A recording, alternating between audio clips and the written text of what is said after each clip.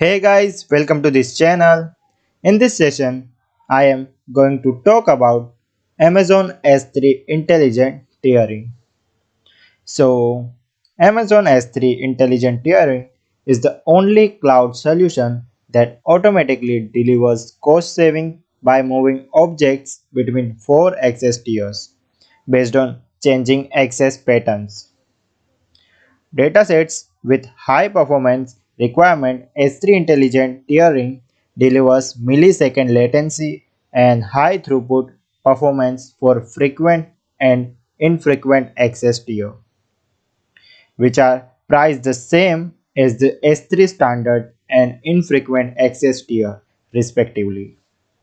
Datasets with changing access patterns will subset of object maybe become really accessed. S3 intelligent tiering helps you save even more storage cost with new archive access and deep archive access tier which have the same pricing and performance as the S3 Glacier and Glacier Deep Archive storage classes. Regardless of which is the two low latency access tiers or archive access tier alright for you. Your objects are stored across the multiple AWS availability zone to archive 11.9 of durability. Now, let's see how it's easy to use. So, first of all, open your AWS Management Console, then search and open up AWS S3, and then create a new bucket. Your bucket name must be unique. After that, in this example, we uploading an object called test1 and we choose intelligent tiering as the storage class. S3 intelligent tiering monitors access patterns and moves object that not been accessed for 13 consecutive days to the infrequent access tier. Please note that whether is no minimum billable object size for S3 intelligent tiering. The minimum billable size for the S3 infrequent access tier is 128 kilobytes. This means that any smaller object you upload using the S3 intelligent tiering storage class can never transition to the infrequent access tier. So you will be built for those objects at the usual frequent access tiering.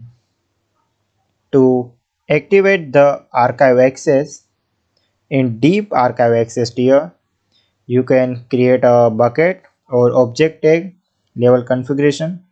This can be done in the consolation in this demo as well as using the Amazon S3 API or AWS CLI.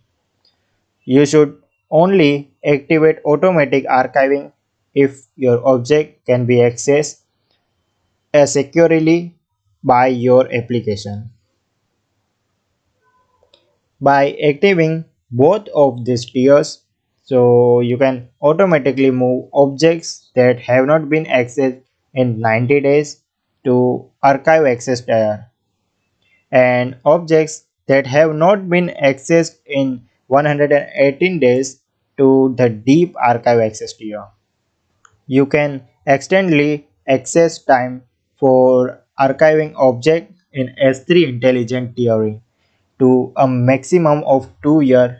For example, if you have an anything workflow or you need to maintain millisecond access to objects for 4 months or 120 days, you might change the amount of time since last access from 90 days to 120 days. For transitioning the object from the infrequent access tier to archive access tier, to move objects back to the frequent access tier, you can assure restore a request.